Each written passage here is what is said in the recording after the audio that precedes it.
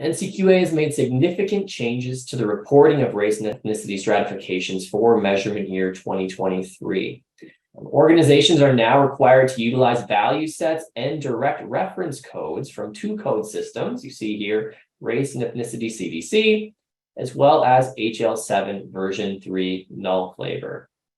NCQA has two levels of specificity provided for the race and ethnicity information. Plans may choose to report the race and ethnicity of each member at either a category level using the direct reference codes, or at a more specific level using the detailed race and ethnicity value sets.